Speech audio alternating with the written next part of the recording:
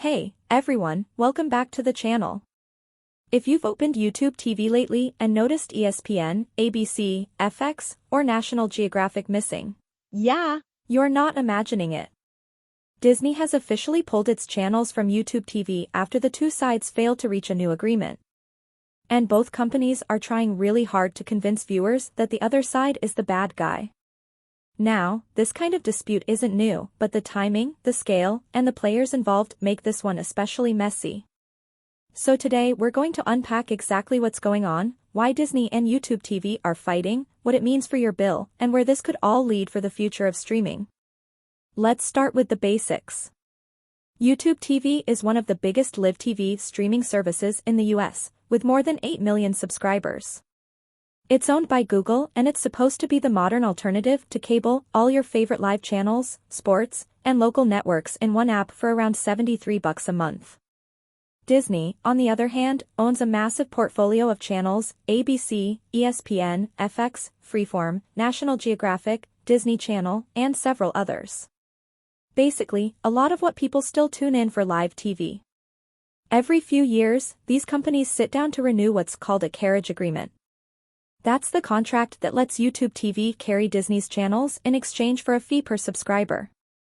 This time, the two sides couldn't agree on the new terms, so Disney pulled the plug, and those channels went dark. YouTube TV says Disney is using the threat of a blackout as a weapon, a pressure tactic to squeeze out more money. They claim Disney demanded higher rates that would eventually force YouTube TV to raise prices for everyone. They even went public with a statement saying, quote, "We don't want to pass unreasonable price hikes on to our members." Disney's response was just as sharp.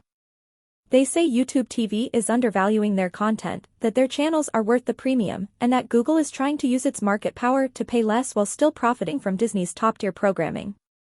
In other words, both sides say the other one is being greedy.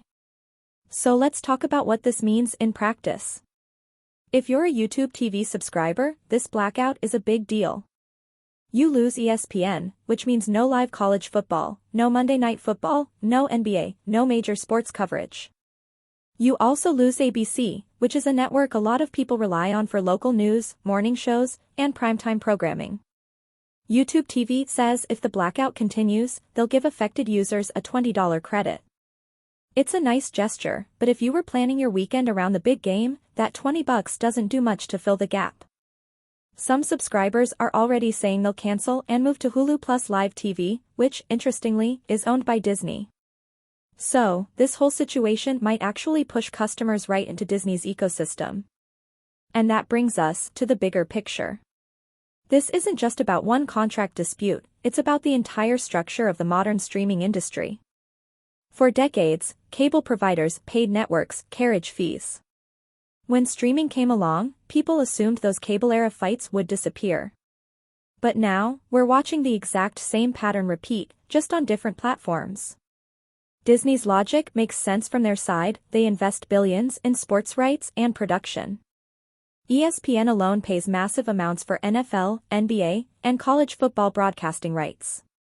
So they want fair compensation from the services that distribute their content. But YouTube TV's argument also makes sense. If they keep giving in to higher fees, prices will keep climbing, and that defeats the whole purpose of cord cutting. Remember when streaming was supposed to save money? Now, if you stack up Netflix, Hulu, YouTube TV, and all the extras, you're basically back to cable pricing, or worse.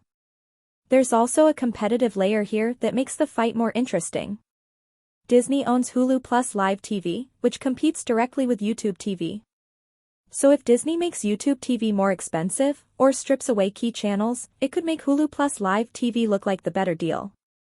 That's why some analysts think this blackout isn't just a contract issue, it's a strategic play. Meanwhile, Google doesn't want to set a precedent that every network can hike rates just because viewers love sports.